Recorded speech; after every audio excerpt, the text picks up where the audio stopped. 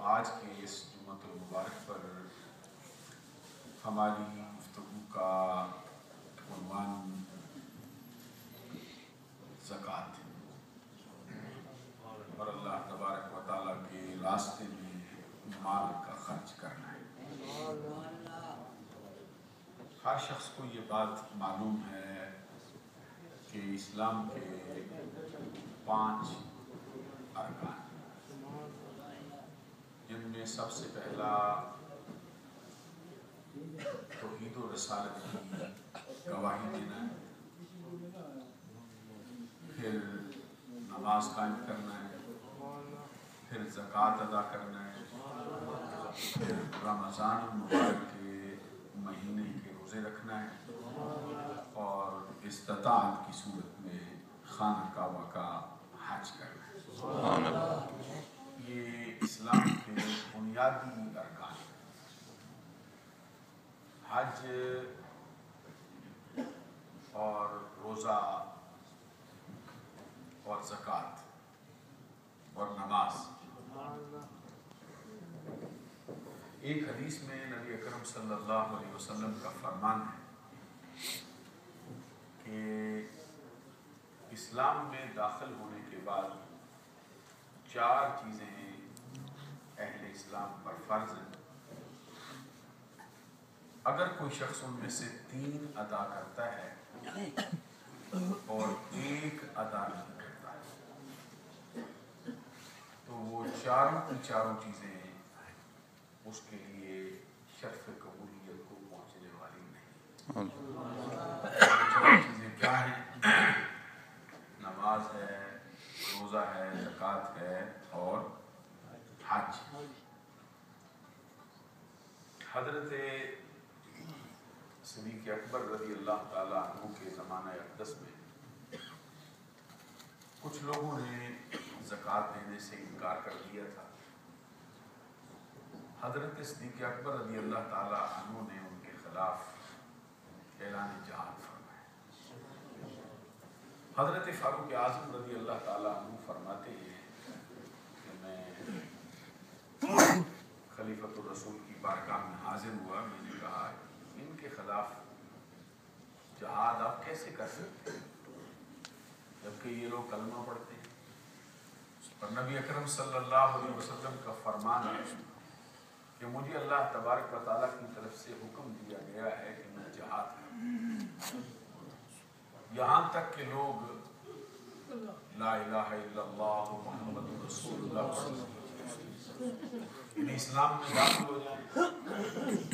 اس کے بعد کسی شخص کو مجھے قتل کرنے کی اجازت نہیں ہے الا بحق الاسلام، مگر اسلام کی حق کے ساتھ۔ جس طرح کسی نے قتل کیا ہو تو اس پہ قتل کے بدلے میں قتل کیا جائے گا، یا پھر فساد فی الارض میں مبتلا ہوا ہو پھر قتل کیا جائے گا، یا کسی اور سزا کی بنیاد پر۔ حضرت فاروق اعظم رضی اللہ تعالیٰ عنہ کہتے ہیں میں نے کہا کہ آپ ان کو قتل نہیں کر سکتے، ان کے خلاف اعلان جہاد نہیں ہو سکتا۔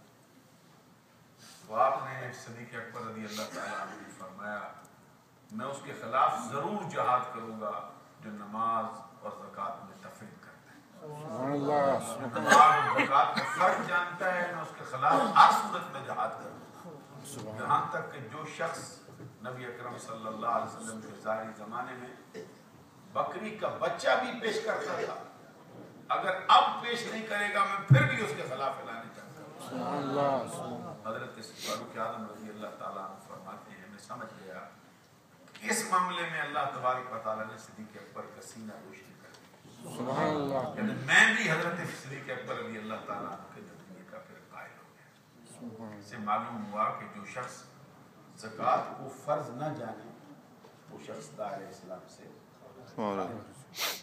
اور رکن اسلام اور ارکان اسلام میں سے ہونے کا معنی یہ کہ جو شخص اس کی فرضیت کا انکار کرے وہ دائرہ اسلام سے خارج، اور جو شخص فرض جانتا ہے لیکن ادا نہیں کرتا اس سے وہ شخص فاسق ہوتا ہے، فاجر ہوتا ہے، عذاب نار کا حقدار قرار پاتا ہے۔ حدیث میں نبی اکرم صلی اللہ علیہ وسلم کے بہت فرمودات ہیں جس میں زکوٰۃ کی ادائیگی کی تلقین کی گئی۔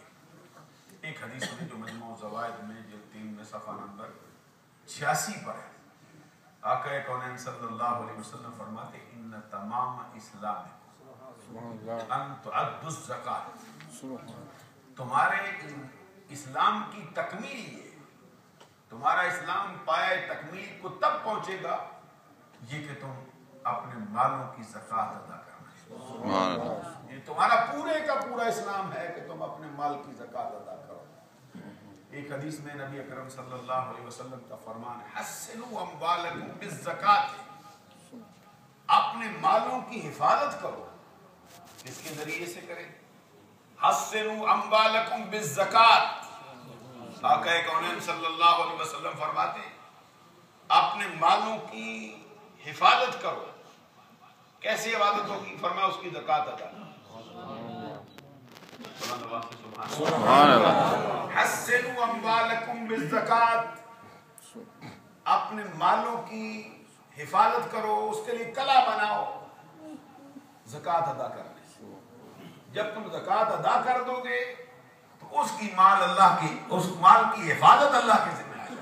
اور پھر اس کے بعد اگلی حصے میں نبی اکرم صلی اللہ علیہ وسلم نے فرمایا کہ تم اپنے مریضوں کی دوا کرو،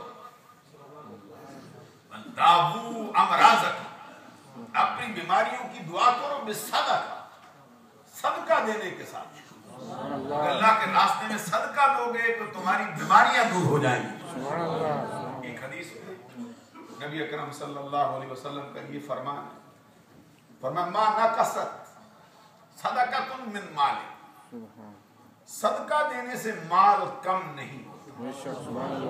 یہ فرمان آمنہ کے لال صلی اللہ علیہ وسلم، صدقہ دینے سے مال میں کمی نہیں ہو سکتی۔ وما زاد اللہ وما زاد اللہ عبدا بعفو الا عزا، اللہ تبارک و تعالیٰ کے پیارے نبی صلی اللہ علیہ وسلم فرماتے ہیں کسی بندے کو معاف کر دینے سے بندے کی عزت میں کمی نہیں آتی۔ معاف کر دو، اللہ تبارک و تعالیٰ اس بندے کی عزت کو بڑھائے گا زمانے کے۔